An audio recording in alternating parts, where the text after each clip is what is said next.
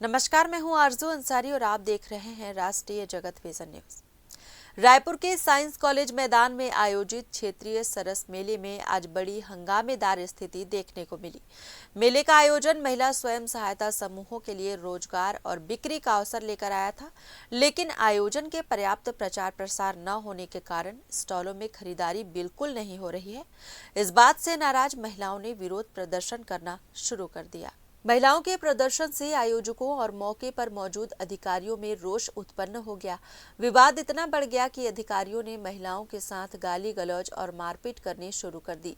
स्थानीय लोग और मेले में आए अन्य लोग भी इस दृश्य को देखकर हैरान रह गए। अभी भी साइंस कॉलेज मैदान में कार्यरत स्थल पर महिलाओं का प्रदर्शन जारी है।